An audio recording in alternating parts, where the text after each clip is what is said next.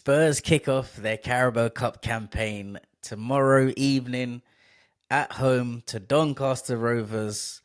Doncaster that are currently sitting seventh in League One. Of course, as these ties, Spurs going huge favourites, but as we know, as Spurs fans, many times in the past, football is not done on paper, and upsets are bound to happen.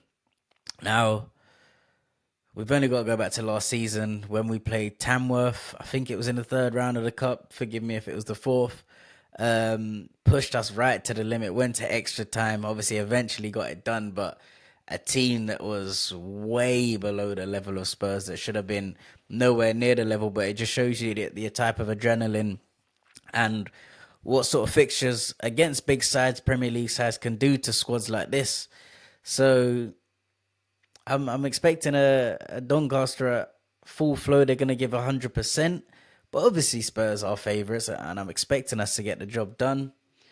Spurs haven't played Doncaster in ages. I've done a bit of research before. We haven't played them since 2009. We beat them 5-1. Scorers are the likes of Jamie O'Hara, David Bentley, and Peter Crouch. So that just shows you how long ago that was. Now that obviously we see Jamie O'Hara on the TV screens and Bentley and Crouch as well. Our record against Doncaster is actually very good. We've played them 9 times. We've won 6, drawn 2 of them, and we've only lost 1. And that was the first time that the sides met all the way back in 1935, which was when they were in Division 2. So I have no doubt that nobody was alive when that game happened. Just watching this video anyway. But yeah, let's hope that we improve that record. As I say, I don't want any shocks. Um, yeah, and let's hope that win in 1935 does not get improved on. But obviously, you got to mention as well, teams coming to the Tottenham Hotspur Stadium, especially from the lower leagues.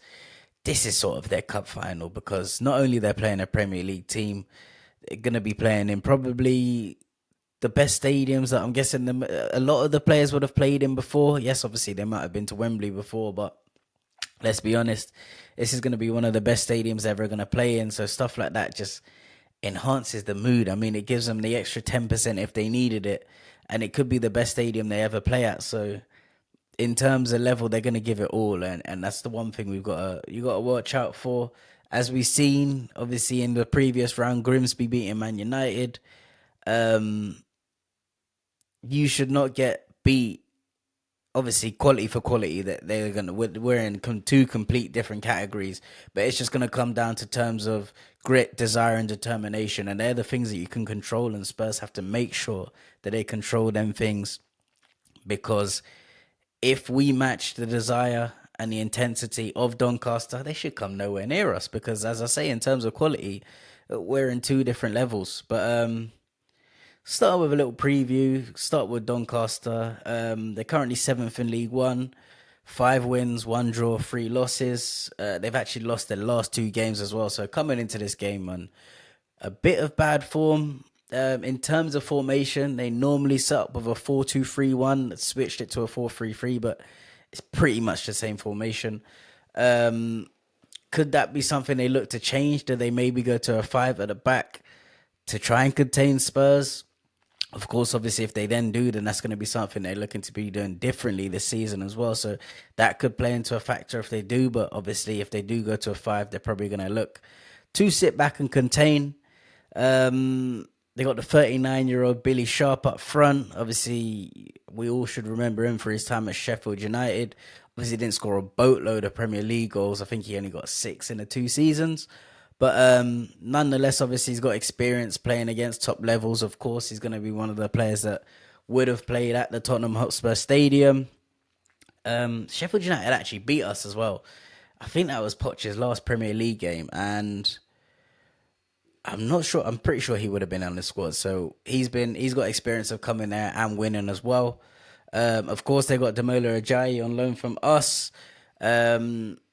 I believe he is going to be ineligible because of the rules of the cup, obviously, because he's on loan to us from us, so he shouldn't be playing.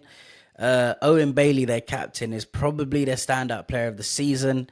He's got 5 goals. So I'm guessing he's probably going to be the one to look out for. Moving on to the home team, of course, Tottenham Hotspur. As we all know, we've had a very good start under Thomas Frank. Currently joint second in the Premier League, third if you want to look at on goal difference. Obviously played 5, 3 wins, 1 draw, and 1 defeat. Thomas Frank's first opportunity in a domestic cup as well, Spurs boss.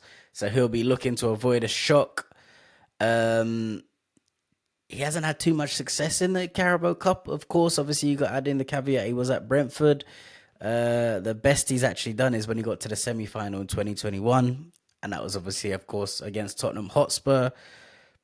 If you guys remember, that was the Jose season, the season that we obviously got to the final against Man City, and then for some reason decided to sack the manager on the week of the tournament of the final. But that's something completely different, which we're not going to get into.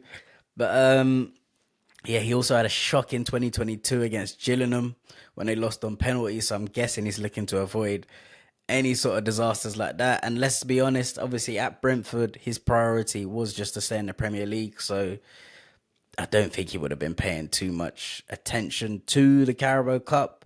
But obviously at Spurs, it's going to be a different kettle of fish. If we go out and lose to Doncaster, it's going to be all over the papers, all over the radio tomorrow. And he's going to be under massive scrutiny compared to what he would be under when he was Brentford boss. So obviously we know that Andrew was sacked for not competing on all fronts, as the chairman said. And Thomas Frank is well aware that he's going to have to. So I'm sure he's going to be looking to win. He's going to be laying out on the players as well. It's another opportunity to win a trophy as well. So we can't scoff at that. In terms of predicted lineups, yes, I have said all of this about avoiding a shock and stuff like this, but I'm actually going for quite a few changes. Purely because we need to get minutes in the legs of some of these players. Some of these players have barely played, if played at all this season. So we're going to have to get them in. But in goal, I'm going to go with Antonin Kinski. Of course, he hasn't played a minute this season.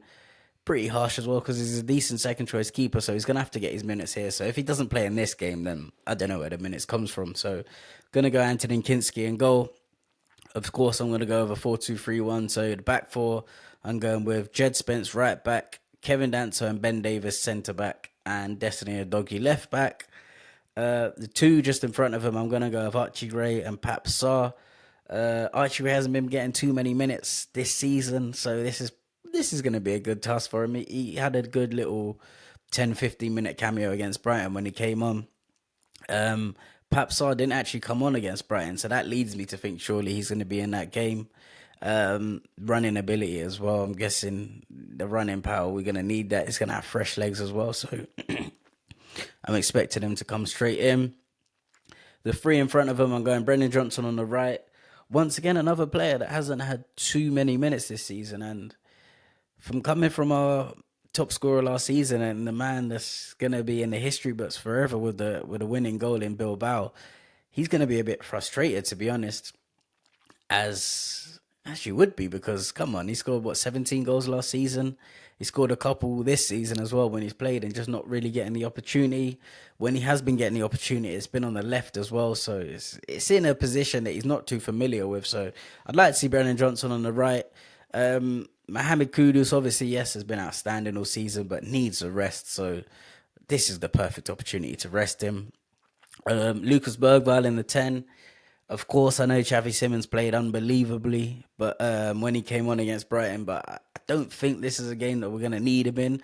Of course, I'm hoping he's going to be on the bench just in case, but as I say, I think Bergvall in that 10 should be enough to beat Doncaster. I'm going to go with Matthias Tell on the left as well, purely because, of course, we've got Champions League next week, so he's obviously not going to be able to play next week. Obviously, we've got a Premier League game at the weekend, so that's once again, you probably give him a run out on the left. It is his favourite position, so let's give him a go out there and see what he can do. Obviously, Doncaster level, he's played Champions League, he's played Liga, he's played Bundesliga, so I don't think he would be struggling against a Doncaster, so it's good to get him a little run out.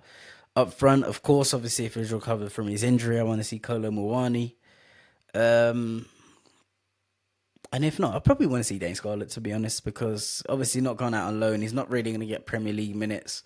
He's not going to play in the Champions League too, I don't believe. So if Moani's still out injured, I would put in Dane Scarlett anyway, because I'm guessing he's training well. Why not? It is quite a few changes, as I said, and yes, it could lead to some issues, but in terms of the defense, Van de Ven and Romero need a rest. Pedro Porro, likewise.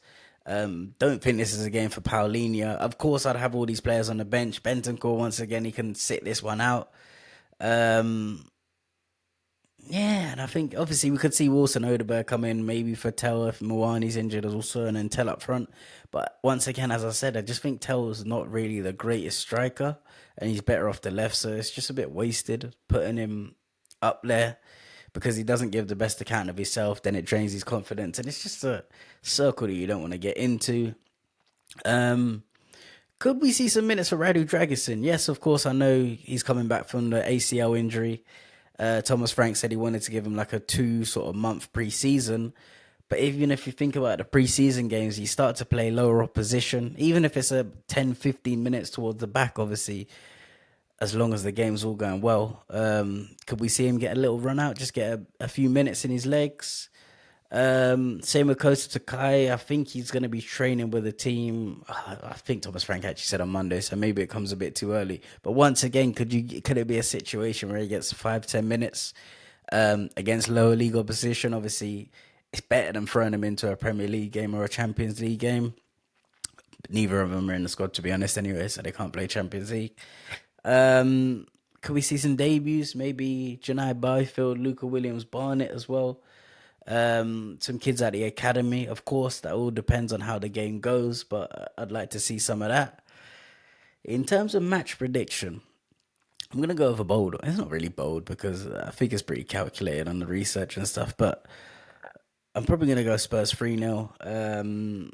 Once again, as I always say with these games, when teams are going to sit off them, the key is to get an early goal, and that opens up, because obviously they can't really sit back and defend a loss anyway. So I'm going to go 3-0. You guys let me know what you think as well. What are your score predictions? What are your starting lineups? Who are you looking to bring in? Also, I want to know what you guys think a good cup run will be in this League Cup. Me personally, minimum, I'd say we have to get to at least the semi-finals, because that's what Ange done last year. Even though I just think the whole world forgets about that. Of course, we came up against the best team in the country. But yeah, I think we've at least got to get semi-finals. Obviously, ideally go one better and get to the final. We saw Newcastle, of course, won it. So why can we not? But you guys let me know. What would you say is a good cup run? Where are you expecting us to go in the tournament? And yeah, of course, we'll be back to chop it up after the game. Of course, hopefully after a win, clean sheet, and on to the 4th round. But we will see. As I say, if you're not subscribed to my channel, please make sure you hit that subscribe button. Like, comment, share, all of that. And we'll be back after the game. Peace and love. Come on, you Spurs as well.